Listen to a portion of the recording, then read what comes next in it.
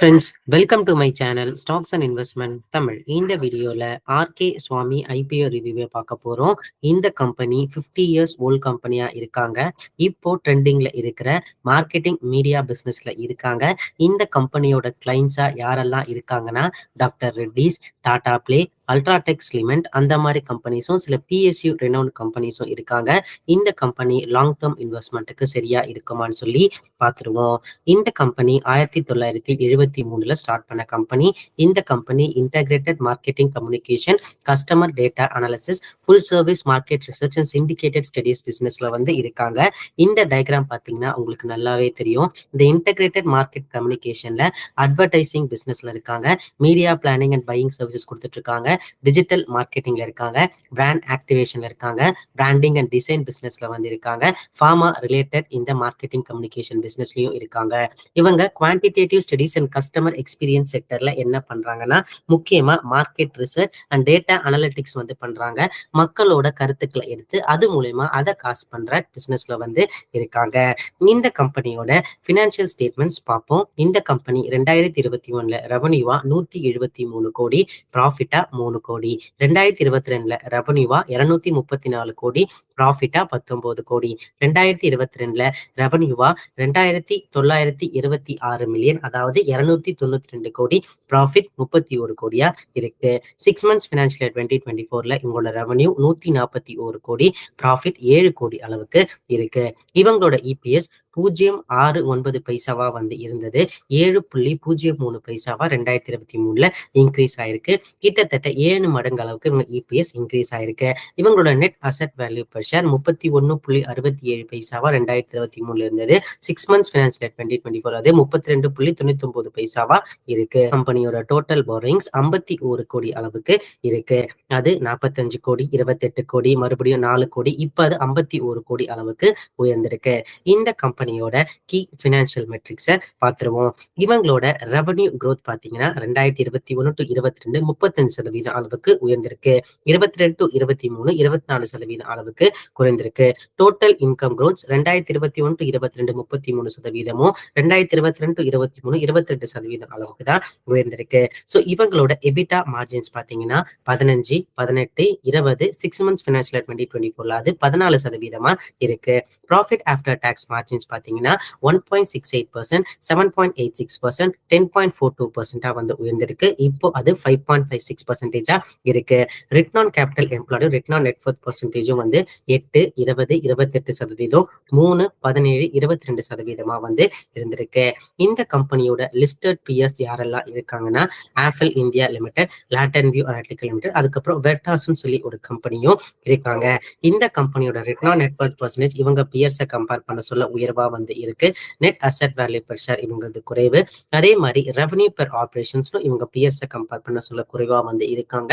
இவங்களோட ஆர்ஹெச்பி எடுத்து பாத்தீங்கன்னா நிறைய பிரைவேட் பிளேயர்ஸ் அண்ட் நிறைய மல்டிநேஷனல் கம்பெனிஸ் இந்த ஃபீல்ட்ல இருக்காங்க.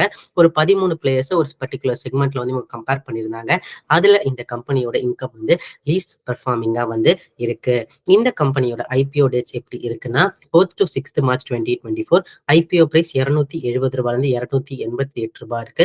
ஃப்ரெஷ் இஷ்யூ 173 கோடி, ஆஃபர் ஃபார் சேல் 250 கோடி, ஐபிஓ சைஸ் 423 கோடியா இருக்கு. லாட் சைஸ் 50 ஷேர் ₹14,400 இருக்கு. Face value ₹5. ரீட்டைல் அலோகேஷன் 10% இருக்கு. இந்த கம்பெனியோட allotment date 7 March 2024, initiation of refunds 11 March 2024, transfer of shares to demat account 11 March 2024, listing date 12 March 2024 இருக்கு. இப்போ இந்த கம்பெனில இருக்கிற இண்டஸ்ட்ரி growth, ஃபினான்ஷியல் பெர்ஃபார்மன்ஸ் எப்படி இருக்கு, short term and long term எப்படி இருக்க போகுது, ரிஸ்க் அண்ட் லிஸ்டிங் கெயின்ஸ் எப்படி இருக்க போகுதுன்னு சொல்லி பார்த்துருவோம். இந்த கம்பெனில இருக்கிற அந்த டிஜிட்டல் அட்வர்டைசிங் பிசினஸ் பாத்தீங்கன்னா லைக் கஸ்டமர் டேட்டா அனலிட்டிக்ஸ் பிசினஸும் பாத்தீங்கன்னா இல்ல மார்க்கெட்டிங் டெக்னாலஜி பிசினஸும் பாத்தீங்கன்னா அடுத்த 5 வருஷத்துல, அதாவது கேலண்டர் இயர் 2023 to 2028 12.5ல இருந்து 14.5% அளவுக்கு சிஏஜிஆர்ல இன்க்ரீஸ் ஆக வாய்ப்பு இருக்குன்னு சொல்லி டைசல் ரிப்போர்ட் சொல்லுது. அது இந்திய ரூபாய் மதிப்படி கன்வெர்ட் பண்ணும் பொழுது 3500 பில்லியன்ல இருந்து 3750 பில்லியனா உயரத்துக்கு வாய்ப்பு இருக்குன்னு சொல்லி எஸ்டிமேட் பண்றாங்க. ஸோ இந்த கம்பெனியோட இருக்கிற வந்து இந்த அட்வர்டைசிங் சர்வீஸ் ப்ரொவைடர்ஸ்ல வந்து பாத்தீங்கன்னா 80% ஆஃப் த மார்க்கெட் வந்து சில கம்பெனிஸ் கிட்ட தான் வந்து இருக்கு. Like Dentsu, Havas, IPG, Omnicom, Publicis, RK Swamy limited and டபிள்யூபிபின்னு சொல்லி கம்பெனில வந்து இருக்கு. இந்த கம்பெனிக்கு ஒரு ஆடட் அட்வான்டேஜ் என்னன்னா, இந்தியால மட்டும் இல்லாம யுஏஇயும் சரி, யுனைடெட் அரப் எமிரேட்ஸ்லயும் சரி, பங்களாதேஷ்லயும் சரி இவங்க குளோபல் பிரசன்ஸ் வச்சிருக்காங்க. கம்பெனிக்கு பெரிய பாசிட்டிவா என்ன இருக்குன்னா, average number of years of relationship இந்த டாப் 10 கிளைண்ட்ஸ் வந்து இவங்க ரெவன்யூ கான்ட்ரிபியூட் பண்ணாங்க பாத்தீங்களா, அவங்களோட ரிலேஷன்ஷிப் மட்டுமே 19 வருஷமாகவும், டாப் 50 கிளைண்ட்ஸ் வந்து இவங்க ரெவன்யூக்கு மேக்ஸிமம் கான்ட்ரிபியூட் பண்றாங்க. அவங்களது அக்ஸ்ட்ராமேட்லாம் வந்து 11 இயர்ஸா வந்து இருக்கு. மார்ச் 31, 2023 டேட்டா படி. இவங்க மார்க்கெட்டிங் பண்ற பிசினஸ் எந்த செக்டார் ரிலேட்டடா இருக்குன்னா, அதாவது மேக்ஸிமம் இவங்க ரெவன்யூ கான்ட்ரிபியூட் பண்றது 3 செக்டார் இந்த மார்க்கெட்டிங் மீடியா பிசினஸ்ல. அதுல banking and financial services, auto, அதுக்கப்புறம் எஃப்எம்சிஜியா வந்து இருக்கு. ஸோ முக்கியமா இந்த எஃப்எம்சிஜி எடுத்தாலும் சரி, பேங்கிங் அண்ட் பினான்சியல் சர்வீசஸ் எடுத்தாலும் சரி, அடுத்த ஒரு 4-5 வருஷத்துல இந்த மார்க்கெட்டிங் மீடியா பிசினஸ்ல வந்து நிறைய இந்த மார்க்கெட்டிங் ஸ்பெண்ட் பண்ண போற செக்டாரா வந்து இந்த எஃப்எம்சிஜி செக்டார் இருக்கு. அதுல இந்த கம்பெனி இருக்கிறது ஒரு பாசிட்டிவா பாக்குறேன். கீ மெட்ரிக்ஸ் எடுத்து பார்க்கும்போது, அதாவது பினான்சியல் மெட்ரிக்ஸ் எடுத்து பார்க்கும்போது, ரிட்டர்ன் ஆன் ஈக்விட்டி 16.47% வந்து இருக்கு. டெப்ட் பர் ஈக்விட்டி 1.51 இருக்கு. Return on net worth percentage 5.41% இருக்கு. பிரைஸ் டு புக் வேல்யூ 8.73 வந்திருக்கு. இதே போஸ்ட் ஐபிஓ நேவான 60 ரூபாய் எடுத்து பார்க்கும்போது பிரைஸ் டு புக் வேல்யூ 4.73 வந்து இருக்கு. இந்த கம்பெனியோட ஆவரேஜ் இபிஎஸ் கடந்த 3 ஃபினான்ஷியல் இயர் 5.07 இருக்கு. Average return on net Worth 17.36 வந்து இருக்கு.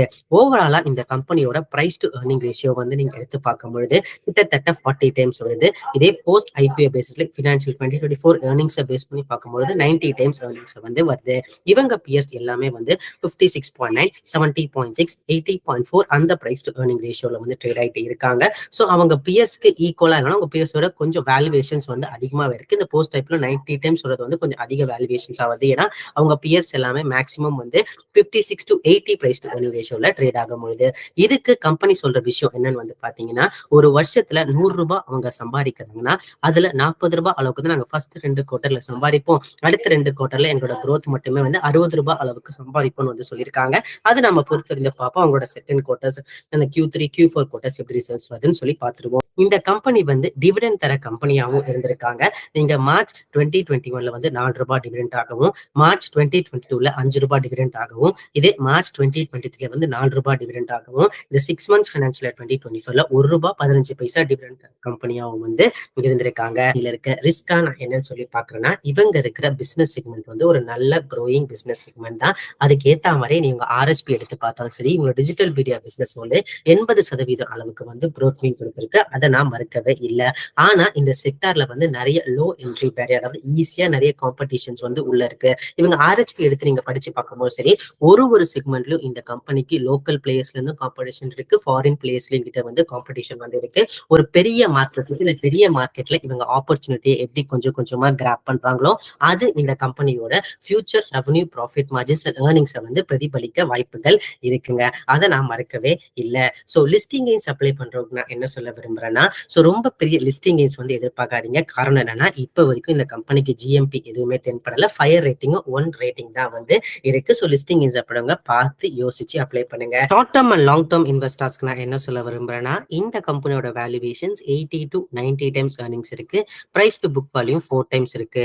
ஸோ இவங்க பிஎஸ்சி 50 to 80 டைம்ஸ் ஏர்னிங்ஸ்ல இருக்கும்போது, இவங்க போஸ்ட் ஐபிஓ பேசிஸ்ல 80 to 90 டைம்ஸ் ஏர்னிங்ஸ்ங்கிறது வந்து கொஞ்சம் ஹையர் சைடா வந்து இருக்கு. பிளஸ் இந்த கம்பெனி இருக்கிற digital media business one of the promising business தான். அதை நான் மறுக்கவே இல்லை.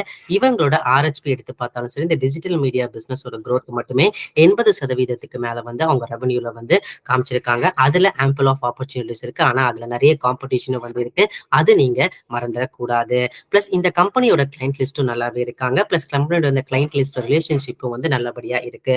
ஸோ இப்போ இருக்கிற மார்க்கெட் கண்டிஷன்ல இவங்களோட ஜிஎம்பி வந்து வெறும் 1 ஸ்டார்ல வந்து இருக்கு. கிரே மார்க்கெட் எதுவுமே தென்படல. ஸோ மார்ஜின் ஆஃப் சேஃப்டி இப்போதைக்கு இல்ல. ஒருவேளை இந்த ஸ்டாக் வந்து ஒரு 3%, 4% அளவுக்கு லிஸ்டிங் கெயின்ஸ் கொடுத்துட்டு லிஸ்டிங் டே அப்போ ப்ராஃபிட் புக் நடந்தாலோ, இல்ல ஐபிஓ பிரைஸ் கீழே வந்து லிஸ்ட் ஆனாலோ, ஏன்னா ஓஎஃப்எஸும் இந்த ஸ்டாக்ல வந்து இருக்கு. ஸோ அந்த ஒரு காரணத்தினால போஸ்ட் ஐபிஓ பேசிஸ்ல பர்ஃபார்மன்ஸ் பேஸ் பண்ணி இவங்களோட 3 வெர்டிகல்ஸ் வந்து இருக்கு. இன்டெகிரேட்டட் மார்க்கெட்டிங் பிசினஸ் ஆனாலும் சரி, இவங்களோட மார்க்கெட் ரிசர்ச் பிசினஸ் ஆனாலும் சரி, டேட்டா அனலிட்டிக்ஸ் பிசினஸ் ஆனாலும் சரி, எப்படி க்ரோ ஆகுது, ஆப்பர்ச்சுனிட்டி இருக்கிற இந்த இண்டஸ்ட்ரியில இவங்க எப்படி அந்த ஆப்பர்ச்சுனிட்டி கேப் பண்றாங்கன்னு இருக்கும்னு சொல்லி பார்த்து யோசிக்கிறது வந்து கரெக்டா இருக்கும்னு சொல்லி நான் நினைக்கிறேன். வந்து பாத்தீங்கன்னா என்னோட பர்சனல் வியூ.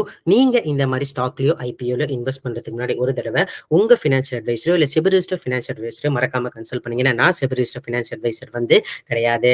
இந்த வீடியோ உங்களுக்கு பிடிச்சிருந்தா லைக் பண்ணுங்க. ரெகுலர் வீடியோ அப்டேட் பெல் ஐகானை கிளிக் பண்ணுங்க. மறக்காம stocks investment Tamil channel subscribe பண்ணுங்க. தேங்க்ஸ் ஃபார் வாட்சிங் ஸ்டாக்ஸ் இன்வெஸ்ட்மெண்ட் தமிழ் சேனல்.